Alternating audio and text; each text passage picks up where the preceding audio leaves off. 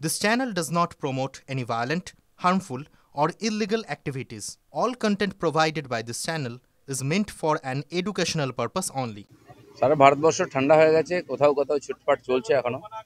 যেমন একদিকে সারেন্ডার করছে টেররিস্টরা, কোথাও কোথাও শেষ অবস্থায় বুঝতে পেরে ওরা একটু প্রত্যাঘাত করার চেষ্টা করছে। যেমন কাশ্মীরে কিছুদিন চলেছে, আর ঠান্ডা হয়েছে। মণিপুরও সেরকমভাবে ঠান্ডা হয়ে যাবে। রেল রোকো আটকাতে তৎপর রেল। আদিবাসী কর্মী সমাজের রেল রোকো আন্দোলনের আগের দিন তৎপর রেল পুলিশ। আজই মেদিনীপুর স্টেশনে আরটিএফ এর টহল রেল পুলিশ। মানে কর্মী সমাজ বা আদিবাসী সমাজ বারবার আন্দোলন করেন জঙ্গলমহলে তাদের দাবি নিয়ে।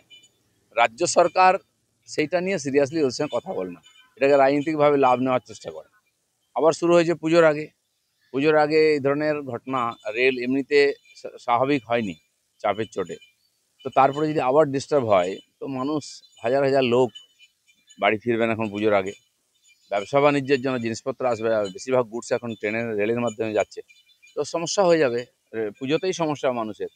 তো সেই জন্য আইন শৃঙ্খলা বা রাস্তাঘাট ঠিক রাখা পুলিশের কাজ আছে। তারা যদি সহযোগিতা না করে, এটা কেন্দ্রের ব্যাপার বলে ছেড়ে দেয়, তাহলে তো সাধারণ মানুষ পশ্চিমবাংলার পুজোর আগে আবার সংকটে পড়বে। জনসংযোগে ভিন রাজ্যে বঙ্গ বিজেপি। এবার 2026 নির্বাচনকে সামনে রেখে জনসংযোগ বিজেপি দুর্গাপুজোর ভিন রাজ্যে যাচ্ছেন বঙ্গ বিজেপির নেতারা। কি বলবেন? না, যারা অন্য রাজ্যে বাঙালিরা থাকেন তাদের সঙ্গে যোগাযোগ আগেও ছিল, এখনও আছে। এখন একটি যোজনা করে বিভিন্ন রাজ্যে আমাদের বাংলার নেতারা যাচ্ছেন। সেখানকার যারা বাংলাভাষী আছেন, বাংলাদেশি উদ্বাস্তু আছেন, তাদের সঙ্গে যোগাযোগ করার জন্য, এবং যোগাযোগ হচ্ছে। আর বেশিরভাগ জায়গায় তারা সব বিজেপির সাপোর্টার, বিজেপির সঙ্গেই থাকেন। তারা এখানে পশ্চিমবঙ্গের নির্বাচনে অনেকে আমাদের কাজে সহযোগিতা করতেও আসেন। তো সেই যোগাযোগটা ঝালিয়ে নিয়ে তাদেরকে পার্টির সঙ্গে যুক্ত করার জন্য পশ্চিমবঙ্গ বিশেষ আর কেন্দ্রীয় যোজনায় কাজ করছে। বিএলও পদে রাজনৈতিক কর্মী নিয়োগ নিয়ে রিপোর্ট তলব করলো সিইও দপ্তর।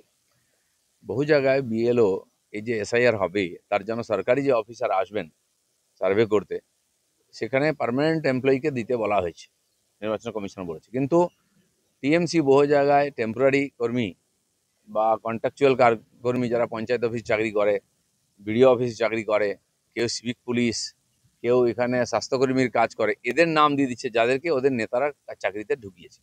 টিএমসির লোকেরা এটা কন্ট্রোল করবে, সেই জন্য স্বাভাবিকভাবে স্বচ্ছভাবে এসআইআর হবে না। তো বহু জায়গায় এরকম কমপ্লেন এসেছে, দেখা গেল এই ধরনের যারা টিএমসি নেতাদের হাত ধরে চাকরিতে ঢুকেছে এবং কন্ট্রাকচুয়ালে আছে, ডেলিগেটেড আছে, তাদেরকেই নাম দিয়ে দেওয়া হয়েছে। সেগুলো জানার পরে আমরা তার প্রতিবাদ করছি।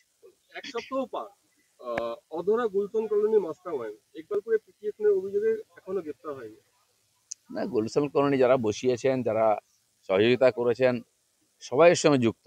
হ্যাঁ, একজন দুজন তো এজেন্ট থাকেই, তারা টাকা নেয়, তারা লোক নিয়ে আসে, তারা টাকা দেয় তুলে। তারা তাকে তাড়া করলে সে হয়তো বাংলাদেশে চলে গেছে, এখানে খুঁজে পাবে কোথায়? বা বিহারে চলে গেছে, এখানে থাকলেও পুলিশ তাকে গার্ড করবে। ওর নেতার বাড়িতে হয়তো বসে আছে, ধরা মুশকিল আছে। পার্থ মুকুলের নির্দেশেই এসএসসি নিয়োগ দুর্নীতি মামলা চিত্তরঞ্জন মন্ডলের জবানবন্দি। আলিপুর আদালতে গোপন জবানবন্দি দিল চিত্তরঞ্জন মন্ডল। চিত্তরঞ্জন মণ্ডল খুব পুরনো বোর্ডের অফিসার ছিলেন, তিনি অনেক কিছুই জানেন। তার জবানবন্দিতে অনেক কিছু উঠে আসবে, কিন্তু জানি না, মুকুল রায় আর তো নাই পিকচারে এখন। কিন্তু যারা টাকা নিয়েছে, যারা টাকা তুলে নিয়ে এসছে, সুবিধা নিয়েছে 600 কোটি টাকার, এরকম বহু লোক জীবন এর মতো আছে।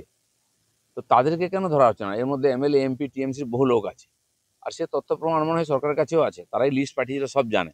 এগুলো চেপে দেওয়ার চেষ্টা চলছে, সেজন্য পুরোপুরি এই যে 26,000 শিক্ষকের জীবন অন্ধকারে পড়েছে। একটা কথা শোনা যাচ্ছে যে 2024-এর বিধানসভা নির্বাচনের আগে মহারাষ্ট্রে বিজেপি এবং ছাব্বিশ 24-এ মহারাষ্ট্রে বিজেপি এবং আরএসএস এর মধ্যে সমন্বয় বৈঠক হয়েছিল এবং যার সুফল বিজেপি পেয়েছিল।